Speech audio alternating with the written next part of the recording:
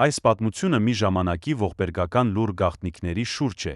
որը մինչ օրս լրում է։ Գեներալ Էքիմյանի ողբերգական գաղտնիքը սկսվում է այն ժամանակ,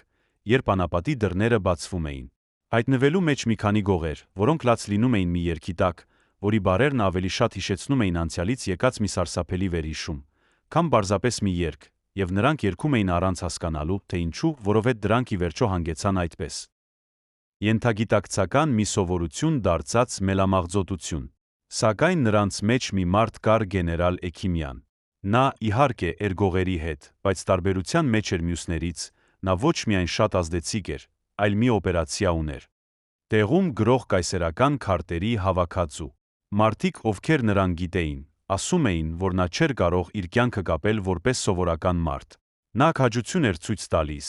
բայց երբ նրա աչքերը փակվում էին, նա հայտնվում էր իր սեփական իրականության մեջ ողբերգական անցյալի դեմը, մղելու մի բանտում պատժվող հոգու հատկանիշներով։ Էքիմյանին սիրել էին շատ մարդիկ նրա ուժի ու դիրքի համար։ Բայց ոչ բոլորը գիտեին նրա իրական դերն ու գաղտնիքները։ Տարիների ընթացքում նա իմանում էր այն, ինչ ոչ ոք չէր ուզում իմանալ։ Վերջին տարիներին գեներալ Էքիմյանը պարտադրված էր պայքարել ոչ միայն արտաքին թշնամիների, այլ սեփական ներսի բախումների դեմ։ Եվ այսպես, երգը շարունակում էր լողալ պատմելով այն,